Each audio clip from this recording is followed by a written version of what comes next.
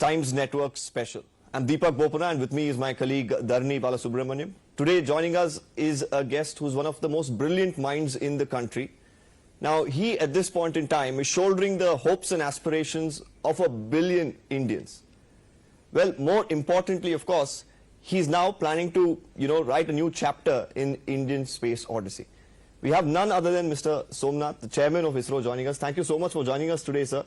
It's a big event that's coming up, the launch of Chandrayaan3. Of course, we're going to be talking in detail about that. But how's the mood right now at ISRO? And how's your mood? I'm sure, you have a lot of meetings that have been lined up, a lot of preparation to do. Just walk us through this, because according to me, it's probably a cricket match or a World Cup final where, the entire country is waiting with bated breath to see this succeed. And the same thing is happening this time around. How do you really feel? How are you dealing with this pressure? See, today there is no pressure for us. We are working the way we used to work for launches. We build rocket, we launch them regularly. This year we had 4 launches already. And the Chandrayaan3 preparations are going on very well. The LVM-3 is ready and it's at the launch pad undergoing final testing processes. You also know that at the same time we are also preparing another rocket, PSLV, for launch immediately following it. And there are other preparations for subsequent launches as well. So it is a professional work that is happening in ISRO on building rockets and satellites and launching. But as you already said, that there is a high mood of expectation of all the people for this mission specifically. And we have taken all due care and simulation test and all things that we can do to make this mission a grand one. And we are hoping for the best. Sir, it's very fascinating to know that we are traveling over 380,000 kilometers for a third time. And it's a dream project not only for the ISRO, but, for the whole country. So if you could, give us some insight into the goals and objectives of Chandrayaan3, what you're, working on. Chandrayaan3 has a similar goal as that of Chandrayaan2, with some small variations in terms of the scientific objectives that we want to do. Last time in the Chandrayaan2, we could not achieve the soft landing, and hence the lander and the rover, where the scientific experiments were incorporated, could not be accomplished. So this time what we are doing is those missions, those part of the mission is the focus, achieve the soft landing. Then after the soft landing, rover and lander will do the scientific experiments, send the data to us. So that's the primary objective. So and the orbiter part, which was launched last time, is still working very well, the Chandrayaan2, and has provided information, scientific data, which is actually being used by scientists all over. So, but I must ask you, of course, you must have been asked this question multiple times. After the failure last time, it must have not been easy on the scientists at ISRO. And, they say space is unforgiving and the margin for error is almost nil. How do you really bounce back from a situation like that? And what have you really learned from, the lessons that you've learned from that?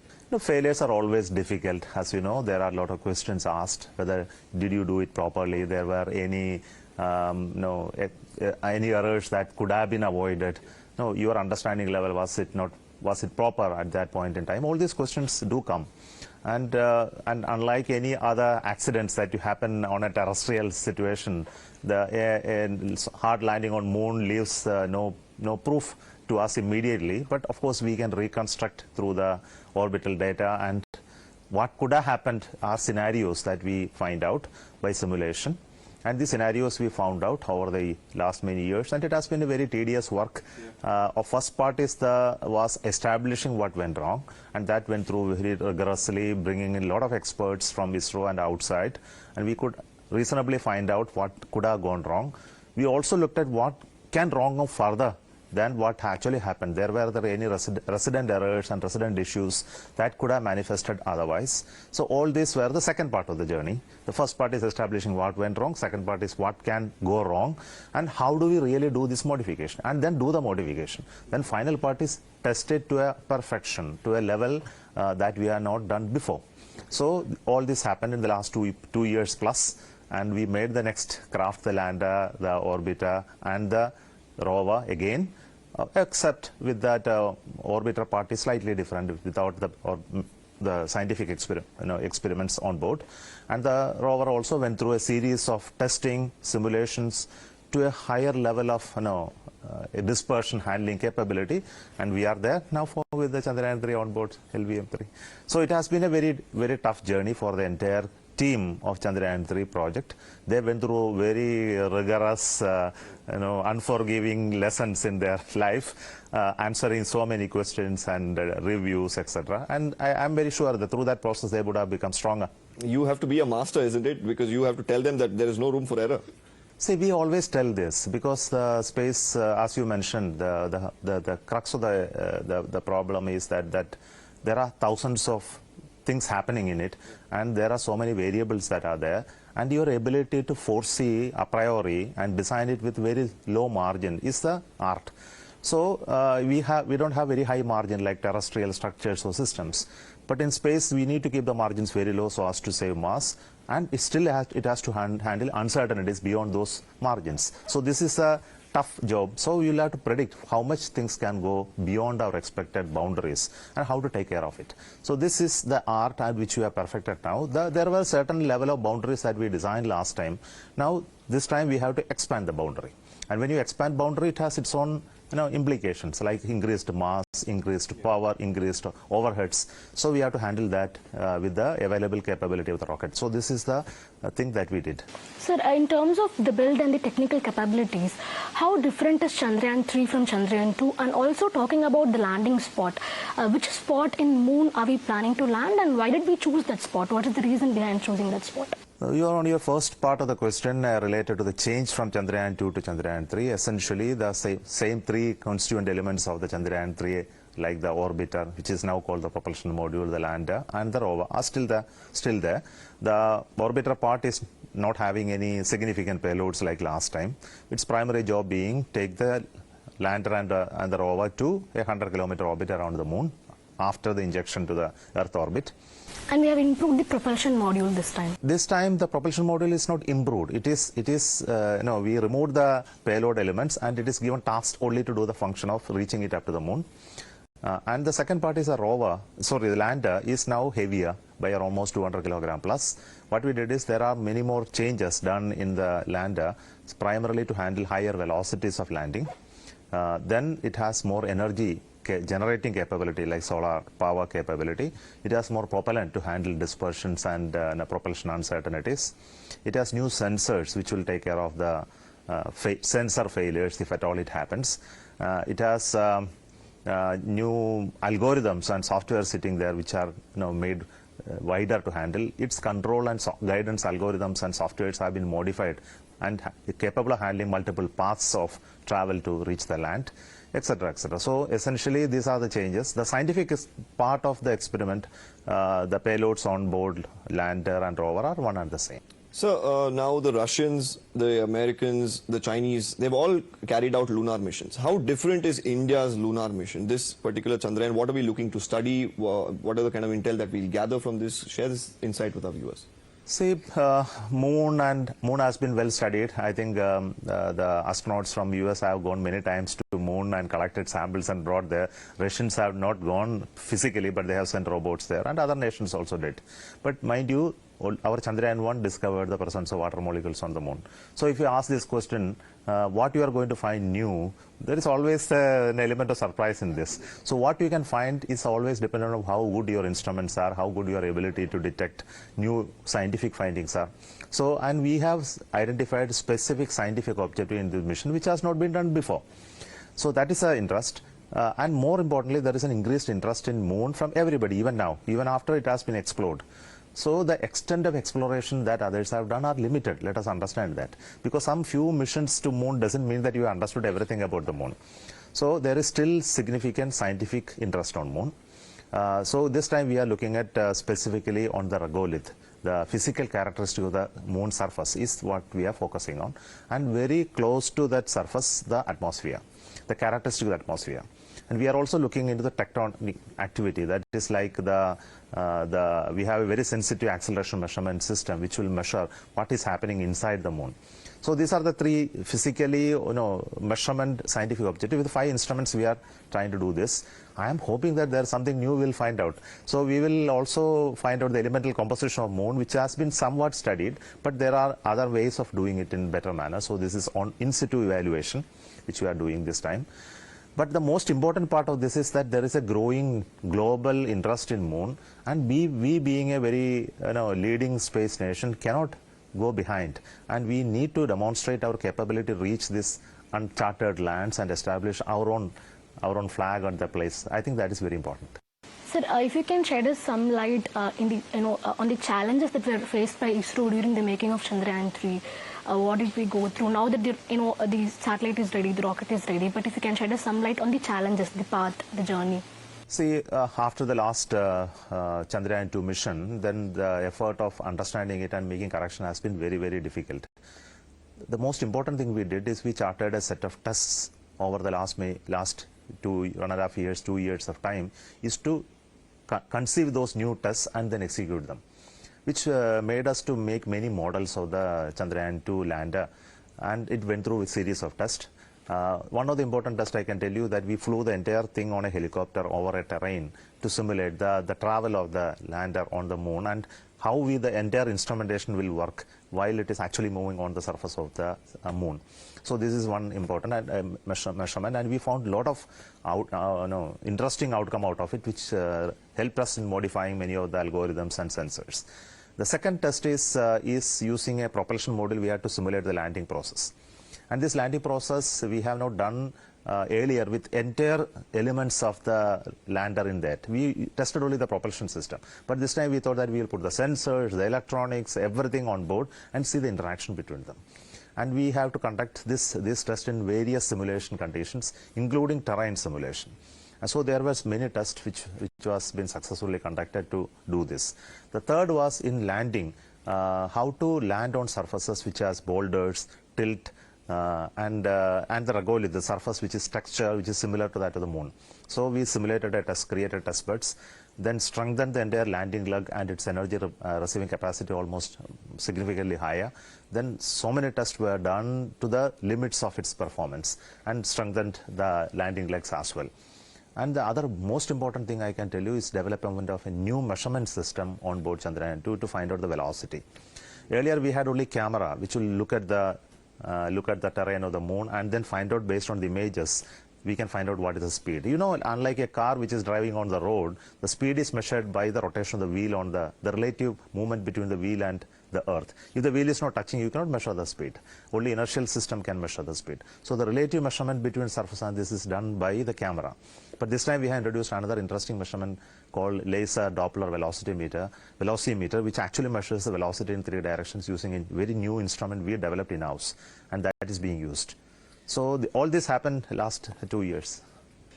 Talk us through, how is it going to really be different, or what kind of information will they be able to gather? How much can the rover really move on the moon surface?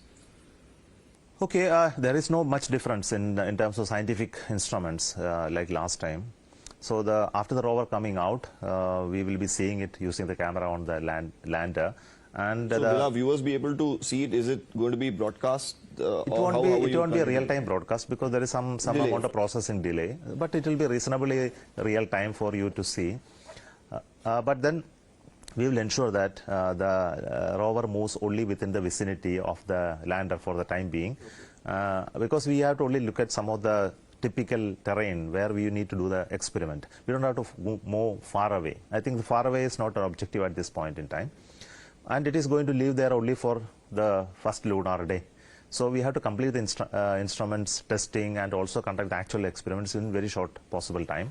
And then try to move where the camera visibility is still there.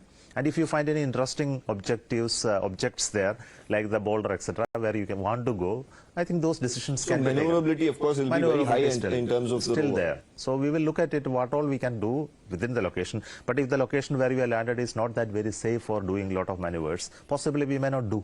So it all depends on where exactly we are landing. Are we landing on a slopey terrain? Are we standing on a boulder-filled area? All this will be decided at that point in time. In the layman's term, do we consider a rover to be similar to a monster truck which can go on any sort of terrain? It's not exactly like that. It is actually a very small baby. It doesn't have the capability to maneuver and push rocks and find its way through that terrain. It moves extremely slow with a very low power. It has a very small battery. It has 6 wheels. It just weighs 26 kilograms. So it's not very massive object that can move, and the ability to generate power is also limited. It has a very small solar panel, so it has to find power from the sun and then fill its power pack and then move. So it won't do continuous movement. It will move for some time, stay there and do some measurements, again move based on our command. Sir, are there any international collaborations planned for Chandrayaan3, sir? For Chandrayaan3, there are no scientific collaboration because everything on Chandrayaan3 is made in India, including the instruments and scientific objectives. But of course, we collaborate with many other agencies in making use of this data for study and analysis, which will definitely be shared with others. So moving a little away from Chandrayaan, we believe that, India and the United States, they have been working towards sending an astronaut to the International Space Station. How far have we come then? Also, of course, the 4 astronauts that are being trained as well from the Indian Air Force. Give us a little bit of details about these. Well, this is a very important announcement that after the visit of our Honorable Prime Minister and the discussion that followed with the President of the US, that an intent for taking one of our astronaut on board the International Space Station has been arrived at. Now we have to work out the rest of the details, which includes the training program, how many of them will undergo training for the human space flight, and how long they will spend time on the ISS and which vehicle will take them, what scientific experiments they will do, and along with them whether other people will be trained, and whether it will be a one-time flight or multiple times flight. All these are under discussion at various levels between ISRO and NASA. And we are hoping that we will be able to conclude it in short time and arrive at a implementing arrangement or MOU or whatever before by next month or so, or maybe not more than 2 months. Sir, there's also the mission to the sun called Aditya that's coming up. Can you give us a sneak peek into what's happening with that mission? Like, how far are we in that? The satellite is currently under integration. All the payloads required for the mission have been delivered. Aditya L1 satellite is at our UR Rao Satellite Center. It will go through final testing, and it also has so many integrated level tests like thermovac, etc. And after that, we are planning to launch it in August. The launch vehicle campaign, building it has already commenced. So it's a PSLV mission, full-fledged mission.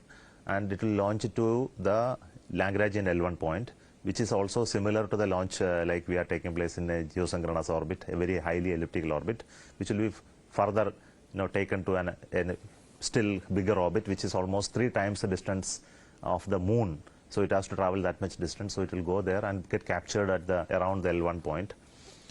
So we are looking at studying the moon using the very interesting instrument that has been designed jointly between Indian Institute of Astrophysics and ISRO. And also there are instruments designed by ISRO as well on board. Sir, in the same line, if you could shed some light on the Mangalyaan Project, like where are we there? Because I think the anticipation among the people is, when are you going to put an Indian or a human in space? Because that's a question that's repeatedly asked. Yeah, we are working very seriously on this project last 4 years or so. As you must realize that it has many elements of development. It is not preparing the astronaut, and we have to prepare the vehicle and operate it to a level called human rating, and this process is currently going on. And you would have noted that LVM3 has been making other launches as well, which was not originally intended. And we are doing the commercial mission, including Chandrayaan mission at this point in time. We have development of many systems happening, the crew module, where the crew is going to live, the crew escape system that handles accidents of the launch vehicle to save the crew. We are also developing the integrated vehicle health management system, which will look at how the rocket is going to fail and how to take the crew away, and that intelligence on board will be developed, and that currently its prototype is made and under testing. We are also developing the environmental control and life support system, which is also in the engineering model level, and testing is going on.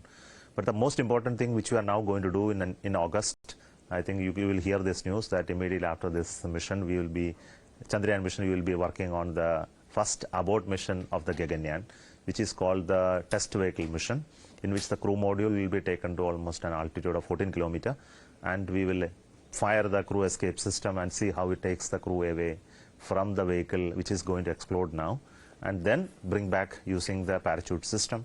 So the crew module is currently integrated, final tests are going on, and the vehicle is also ready at Sriharikota, and we are hoping to do this campaign after the Chandrayaan.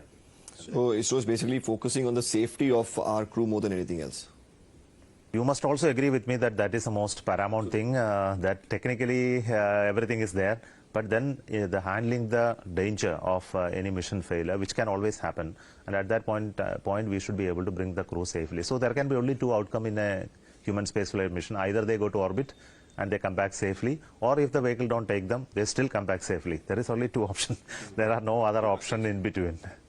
So the Prime Minister keeps talking about Atmanirbhar Bharat. Even the space sector, we are looking at that to a large extent. But as far as engines are concerned, are we looking at developing our indigenous engines? Because they say, your liquid hydrogen or liquid oxygen, the combination is supposed to be one of the best for engines or a propulsion model. Is that something that we are working on at ISRO? See, I think you must be aware that we do have indigenous engines. I think we are not dependent on anybody. See, when we developed the Vikas engine, which was a joint development of India and CNES, so the IP of that engine is also with us. It is not an imported engine. The only liquid engine that actually we recreated is the Russian engine, but that also not through a technology transfer. So whatever engines that we have made in liquid side are made by us. So let us understand, there were no technology transfers of any kind. And entire solid propulsion technology, as you see with the rocket on your side, is made by us. There is no technology collaboration.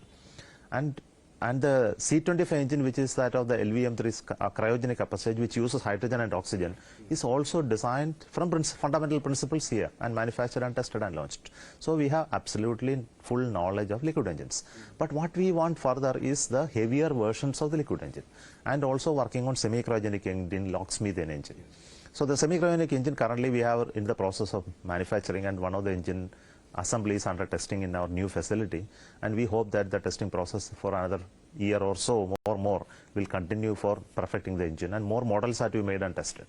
And we are also working on a LOX methane engine, which is currently a design is completed, which is a 100-ton engine, which is reusability and throttling capability for future recovery and landing type of rockets, so that we are also started working. So it is a very, and also I want to tell you, entire engines used for satellites, all made here. There is no import content of any of this.